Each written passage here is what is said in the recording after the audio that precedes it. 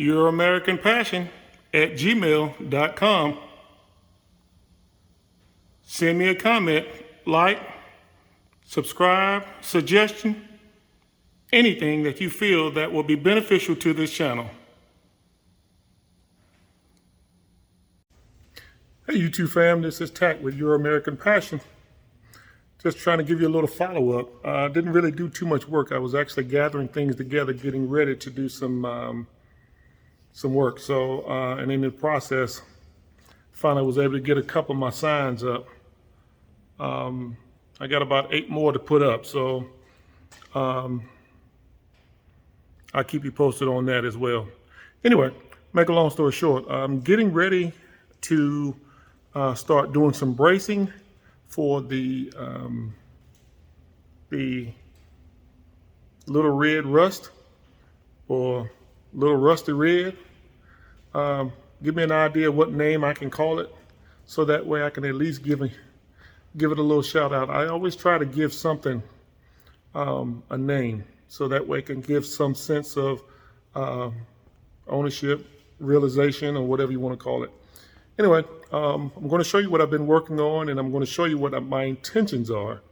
And if you have any other comments you might want to share to help me out, like I said, this is going to be a YouTube venture we're about to get on. So any little bit that you can give me would help me out greatly. So without any further ado, I'm going to show you what I got going on. All right. So if you notice,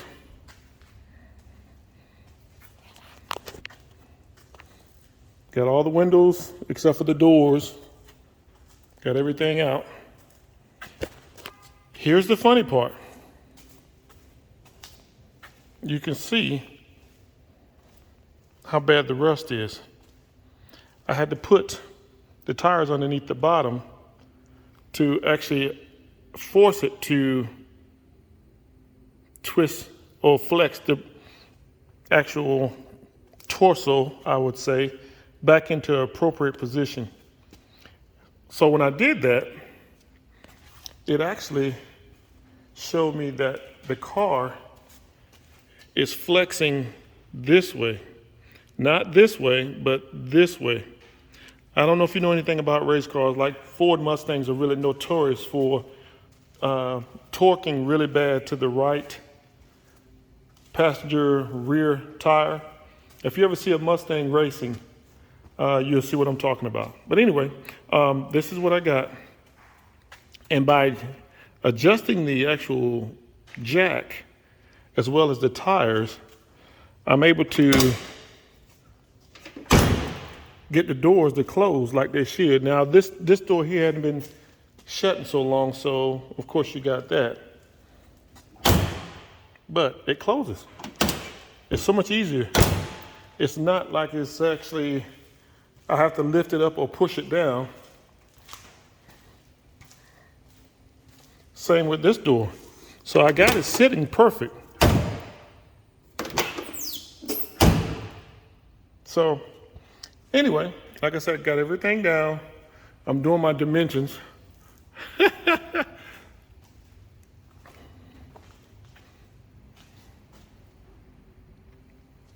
I got 90% of the stuff out here.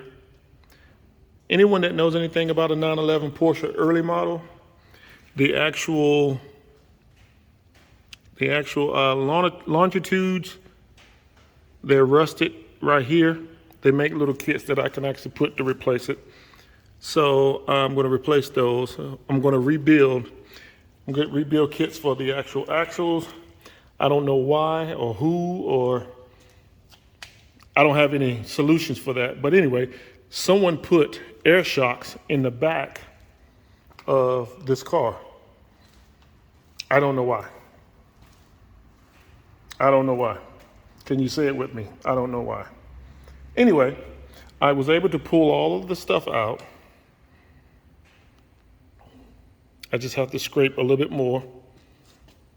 And the back part of the tub, everything from the door backwards is actually pretty good and strong, except for the actual longitude areas in that area.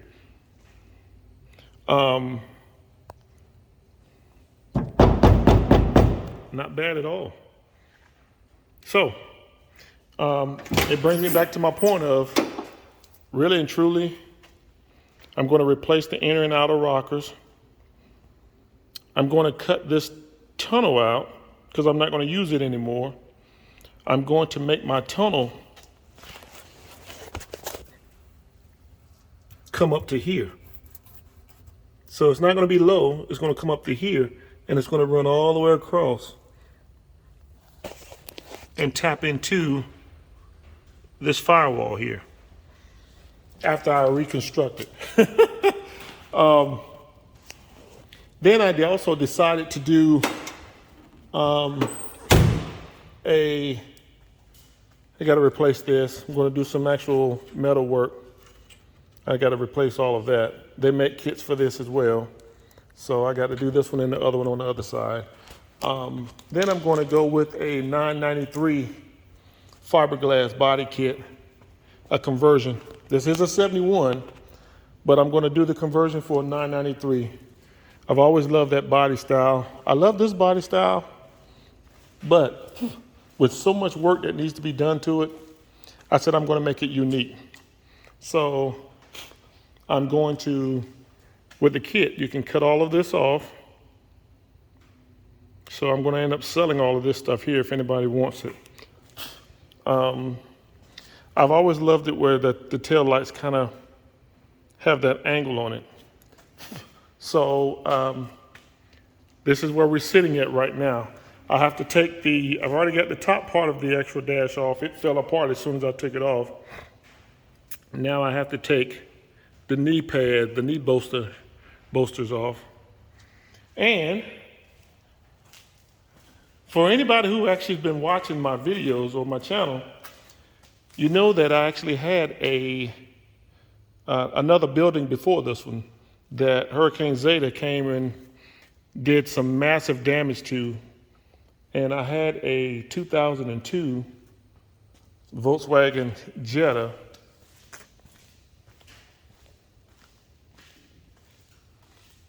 that I actually was going to do I was going to do an autocrosser with it because it's a 6-speed. It's 2004, I'm sorry. But with Hurricane Zeta, busted the front end, busted everything on the top. You can see it, all the scratches and stuff. Busted the back. So right now it's just actually a place to park my parts. These are the rotors, massive rotors that come off this thing. These rotors are like almost 13 inches. It's crazy. So the reason why I'm actually showing this is because I want to do an actual conversion with this thing.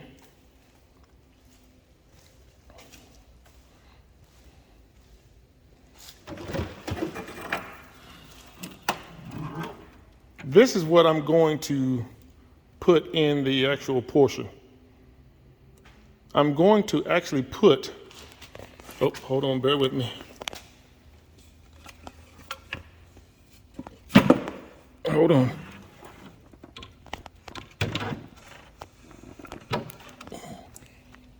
Engine has right at about 125,000 on it.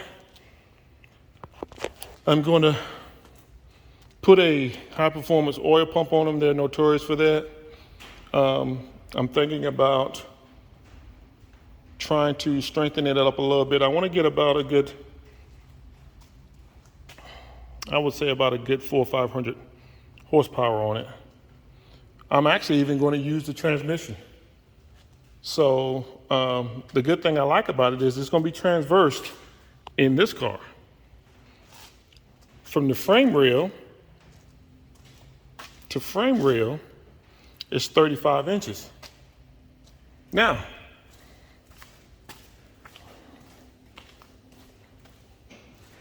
from this frame rail to this frame rail